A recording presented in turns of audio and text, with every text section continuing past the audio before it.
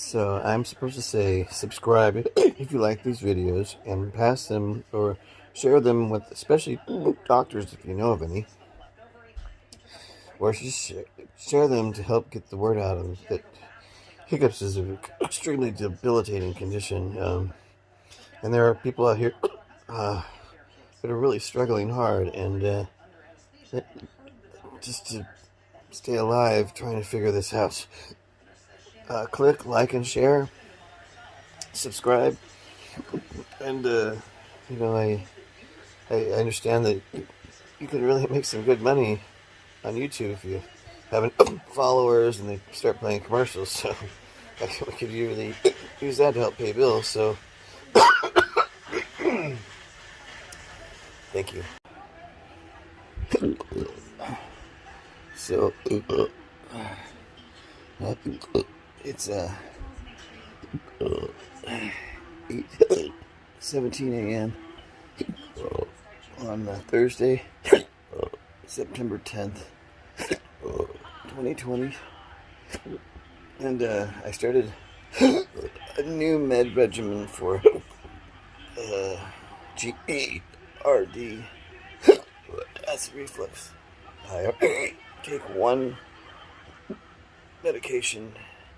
The doctor added another, so now I've got two battling that, and started that on the 18th of August, and between then and now I've hiccuped 14 days of those. I did get 5 days off. Nothing is so usual that you would expect from a new drug to respond. You would hope to see some kind of change. I think it's actually gotten worse.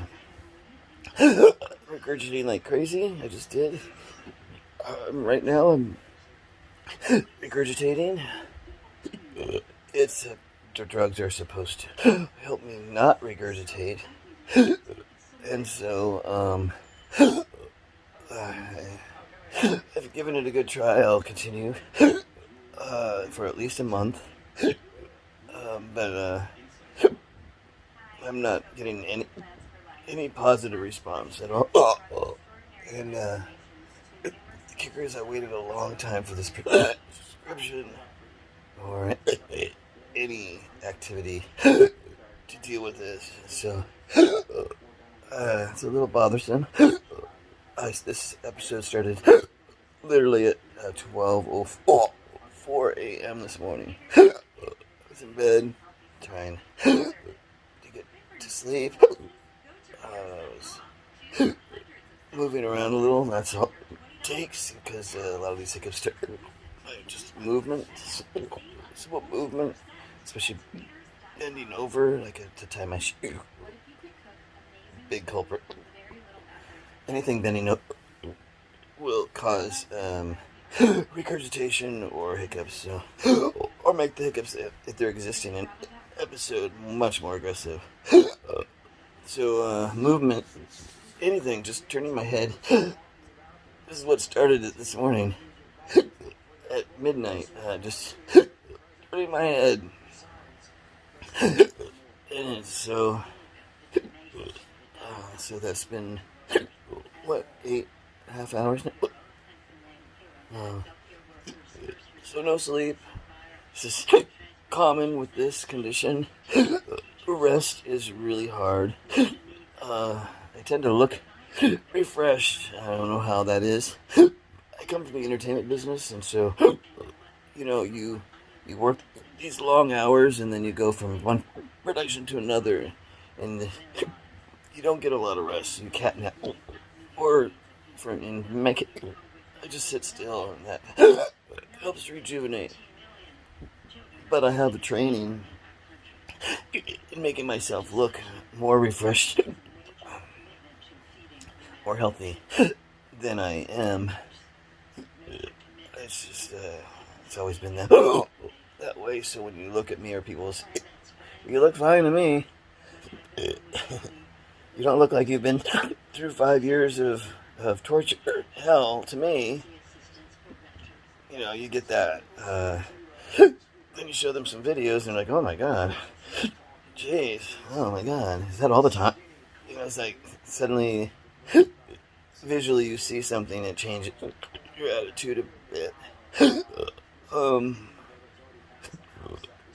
uh, if I could put cameras on 24/7, I think people, even that know this condition and know how bad it is, would be really surprised as to what we actually deal with here in the house. Because I can't film it all the time, and I don't necessarily film the really worst times. I try to catch them. The choking spasms in particular. It takes a long time to get the phone on. There's so many things you have to do to get the camera up facing you. Make sure you hit the red button, which is not always. I think I did, and I find out I did. So choking spasms are really hard to get on camera. But they're random and just erratic and really frightening. And had a lot of those since starting this new med too, and said calm down a little bit. Oh god, this is miserable. This is just miserable. So, I worked 10 months under this condition in surgery, and they had had enough. And that's the medical field. They couldn't deal with it. And they were worried about my health, and they were worried about me possibly dying on their clock. So, you become a liability to companies.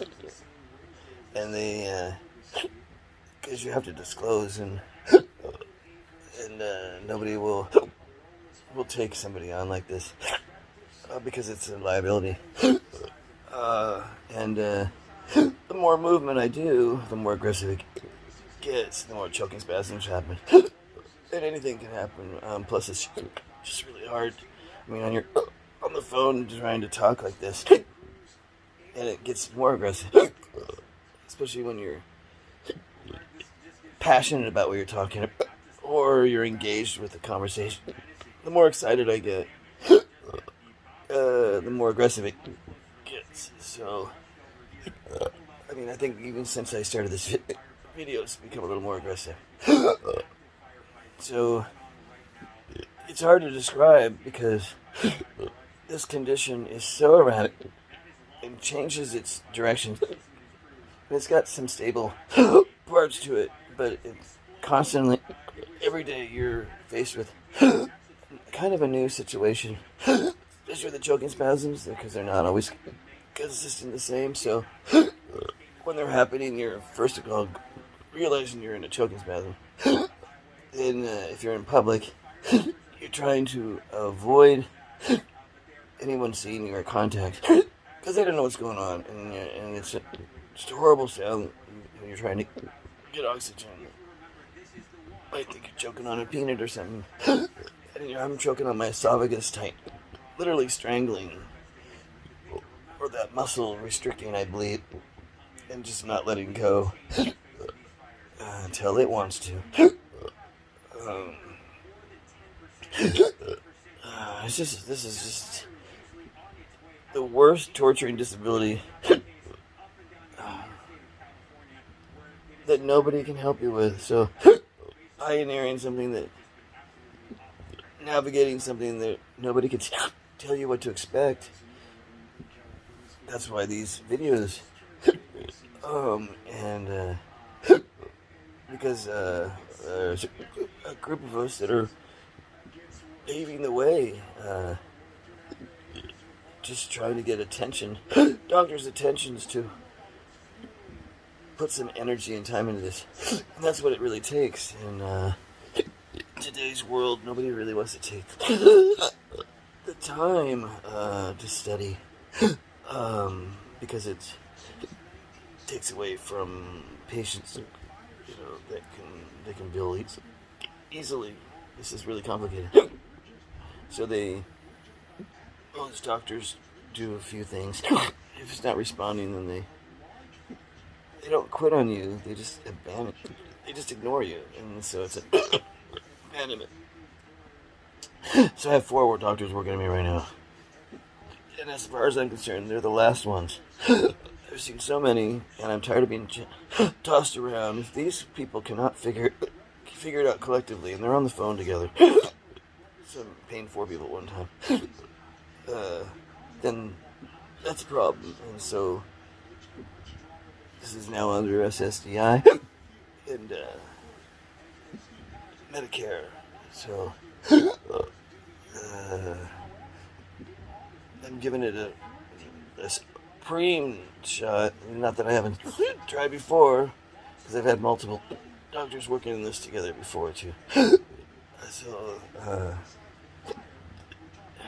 this is just ridiculous. This is not right. So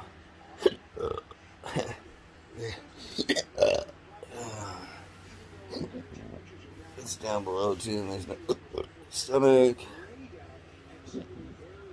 See.